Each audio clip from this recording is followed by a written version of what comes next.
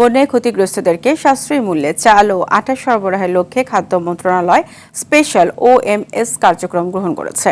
মন্ত্রণালয়ের সম্মেলন কক্ষে এ কথা জানান খাদ্য সচিব ইসমাইল হোসেন। বলেন, স্পেশাল OMS 230টি কেন্দ্রে দেওয়া হবে। প্রতি কেন্দ্রে 1 টন চাল এবং 1 মেট্রিক টন আটা হিসেবে প্রতিদিন 230 টন চাল ও 230 টন আটা বিক্রি করা হবে।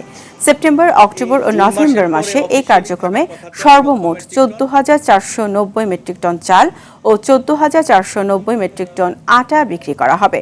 প্রতি কেজি চাল 30 টাকা, প্রতি কেজি খোলা আটা 24 টাকা এবং 2 কেজি প্যাকেট আটা 55 টাকা দরে বিক্রি করা হবে।